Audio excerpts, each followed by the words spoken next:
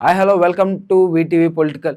ఇవాళ మహారాష్ట్రలో జరిగిన ఒక చిన్న ఇన్సిడెంట్ కదా పెద్దదని చెప్పుకోవాలి. ఎందుకంటే ముంబైలో జరిగిన ఇన్సిడెంట్ కొద్దిగా గవర్నమెంట్ వాళ్ళకి ఒక భయం తీసుకురావాలి. కాకపోతే చెప్పలేము అంటే ఎవరు ఏ మనస్తాపం చెంది ఏం చేస్తారనేది.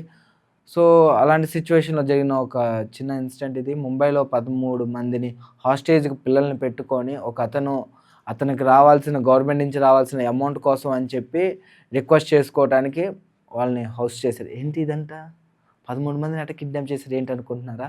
నేను ఒక వెబ్ సిరీస్ చేస్తున్నాను. దాని గురించి ఆడిషన్స్ కావాలని చెప్పి ఒక పోస్టర్ వేయించుకొని పాంప్లెట్ పంచేసి అందరిని పిలుచుకున్న తర్వాత లాస్ట్‌కి ఒక 13 మందినైతే అతని హ్యాండ్ ఓవర్‌లో పెట్టుకొని అందులో ఒకళ్ళు వృద్ధులున్నారు. దాని తర్వాత మిగిలిన 12 మంది చిన్నపిల్లలే.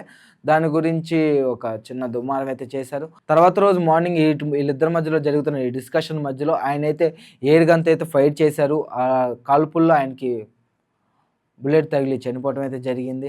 సో ఆయన ఎందుకు చనిపోయారు? అసలు ఇది ఎందుకు చేశారు అనుకుంటున్నారా?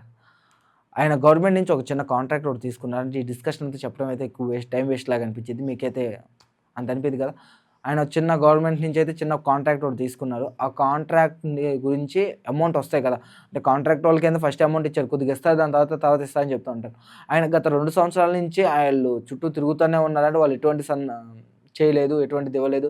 దాని తర్వాత ఒకరోజు స్ట్రైక్ కూడా చేసిన తర్వాత ఫస్ట్ ఒక 7,00,000 దాని తర్వాత ఒక 8,00,000 అలాగా తక్కువ అమౌంటే ఇచ్చేసి చేతులు దులిపేసుకున్నారని ఒక చిన్న ఆవేదనతో ఆయన అలా చేశాడు. ఈ విషయాలు నీకెలా తెలుసంటారా? ఆయన ఒక వీడియో కూడా పోస్ట్ చేశారు. ఎందుకంటే నేను హాస్టేజెస్ చేసుకోగానే ఆయన ఒక చిన్న వీడియో కూడా పోస్ట్ చేశారు. ఆయన ఒక మిజ్మాల్లో ఒకవేళ దొరికితే నేను కింద పెడతాను. ఎందుకంటే ఆల్మోస్ట్ డిలీట్ చేసేస్తారు. తెలుసు మన గవర్నమెంట్ గురించి ఖచ్చితంగా డిలీట్ చేస్తారు.